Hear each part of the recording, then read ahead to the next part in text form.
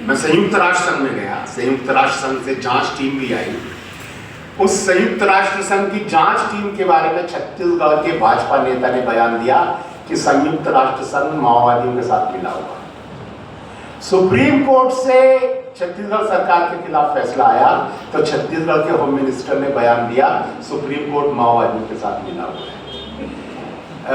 International red cross के बारे में छत्तीसगढ़ सरकार ने कहा इंटरनेशनल रेड क्रॉस माओवादियों के साथ मिला हुआ है।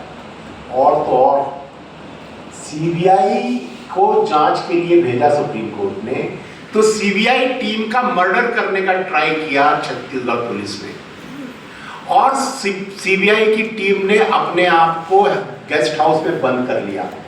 सीआरपीएफ ने जाकर सीबीआई टीम की रक्षा करी, पुलिस ने सीआरपीएफ के ऊपर फायरिंग करी, बम फेंके, सीआरपीएफ ने पुलिस के ऊपर फायरिंग करी और बम फेंके।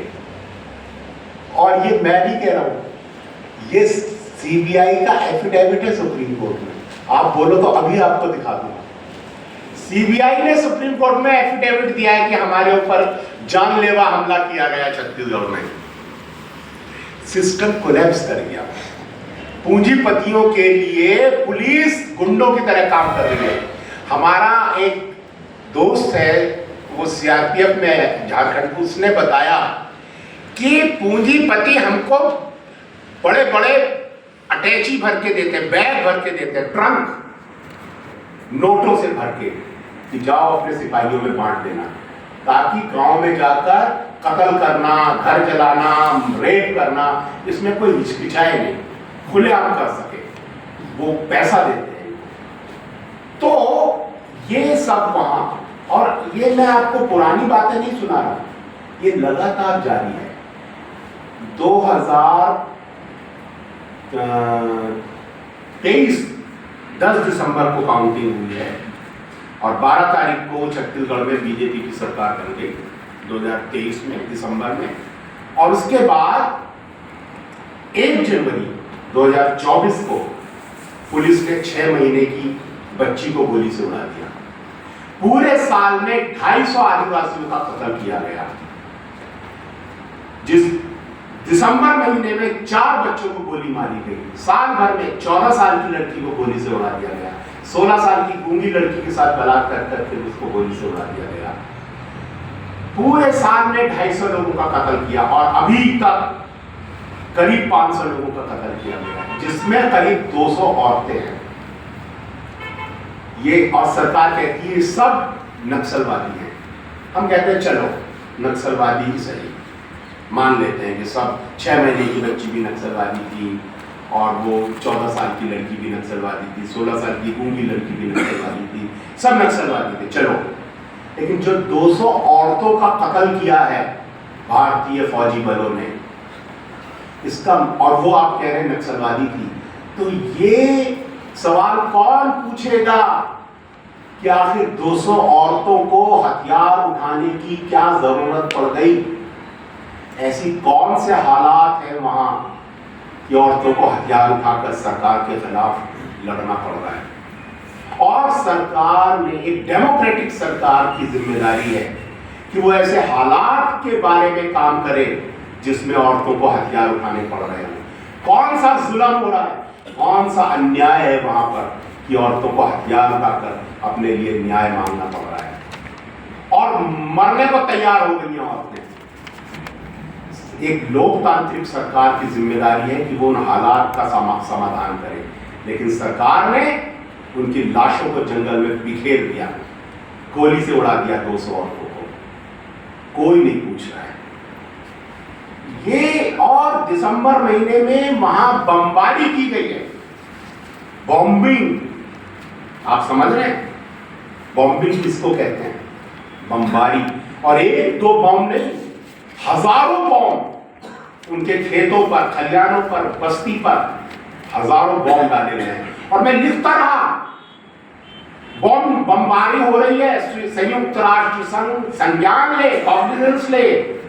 कोई भी देश, किसी भी देश की सरकार को यह हक नहीं है कि वो अपने नागरिकों के ऊपर बमबारी करे, लेकिन भारत सरकार अपने नागरिकों पर बमबारी कर रही है। और किसी ने उसके बारे में कोई कॉग्निजेंस नहीं दिया, किसी ने आपत्ति नहीं की, किसी ने सवाल नहीं उठाया।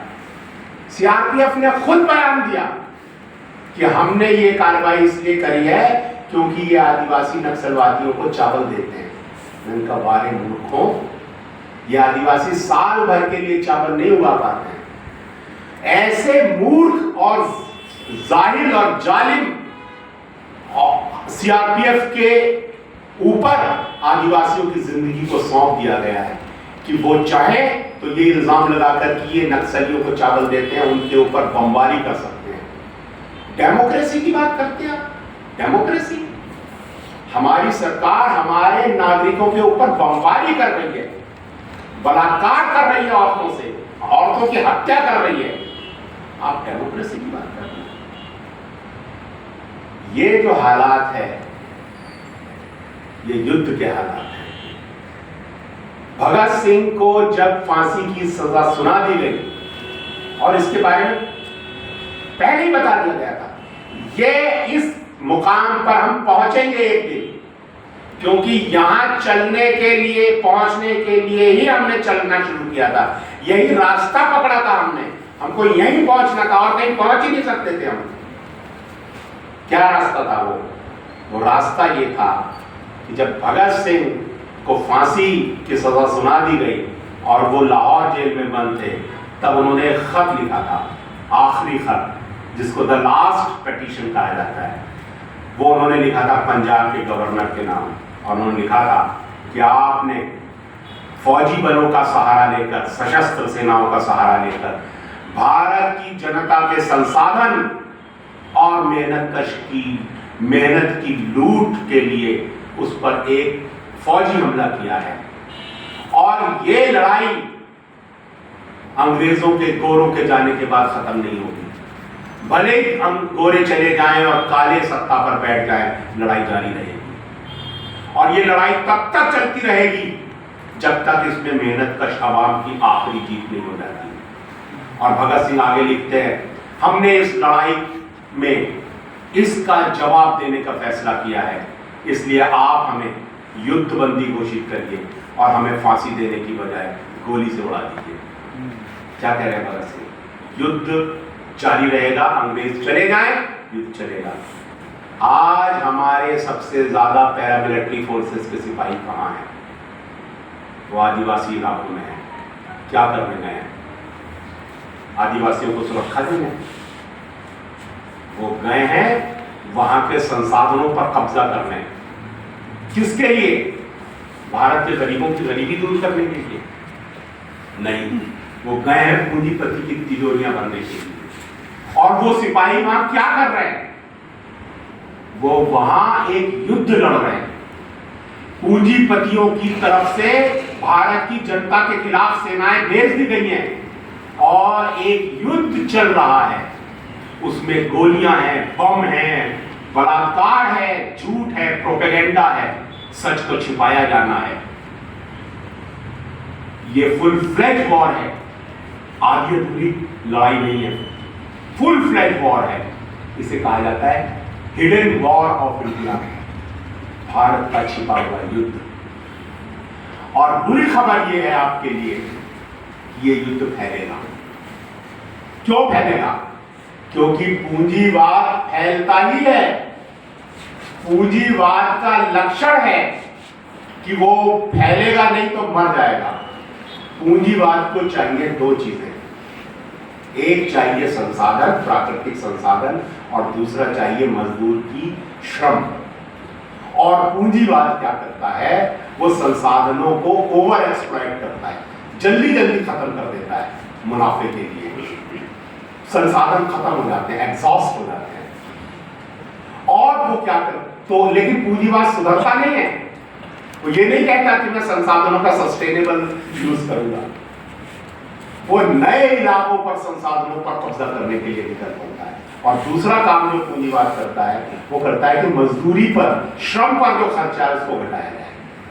वो मशीनें लगाएगा, वो सस्ते इलाके में जाएगा जहां सस्ती मजदूरी हो, वो मजदूरों की संख्या घटा देगा, ज्यादा घंटे काम लेगा, पूरा पैसा नहीं देगा।